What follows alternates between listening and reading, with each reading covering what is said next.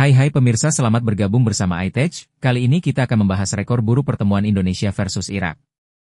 Belum genap 4 hari setelah ditekuk Arab Saudi 2-3, timnas Indonesia harus kembali ke medan tempur. Kali ini bukan sekadar pertandingan, tapi laga yang bisa menentukan arah masa depan Garuda di kualifikasi Piala Dunia 2026. Pada Minggu 12 Oktober dini hari WIB, Indonesia menghadapi Irak di matchday terakhir Grup B.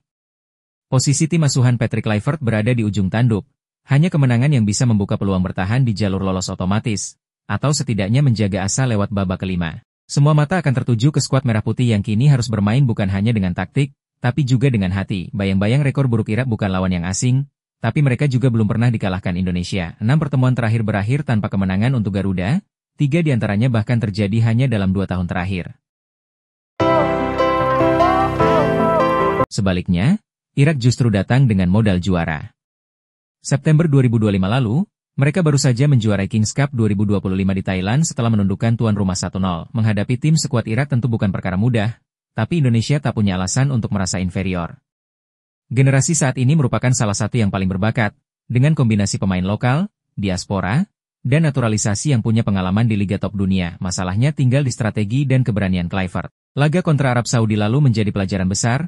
Formasi 4 back yang ia terapkan dan keputusan mempertahankan Mark Klok selama 90 menit menuai kritik. Kini, pelatih asal Belanda itu harus menanggalkan eksperimen dan tampil lebih realistis. Nama besarnya sebagai ex-striker timnas Belanda tentu akan diuji, bukan di konferensi pers, tapi di lapangan.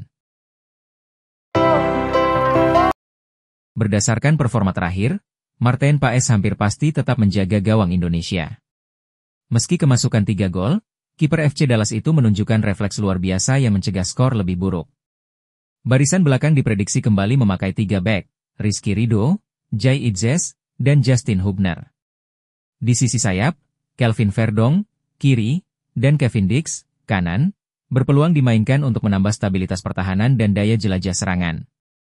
Lini tengah kemungkinan diisi Ricky Kambuaya, Tom Haye, dan Joey Pelupesi. Kehadiran Tom diharapkan menghidupkan kreativitas yang sempat tumpul saat melawan Arab Saudi, sementara di depan, ular Romeni yang tampil eksplosif dari bangku cadangan pekan lalu bisa diberi kepercayaan tampil sejak awal.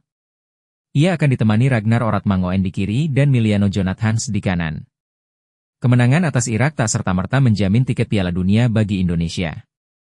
Hasil laga lain, yakni Irak versus Arab Saudi, juga akan menentukan nasib Indonesia. Nah, itulah highlight-nya. Terima kasih telah menonton dan jangan lupa subscribe biar tidak ketinggalan berita-berita menarik lainnya.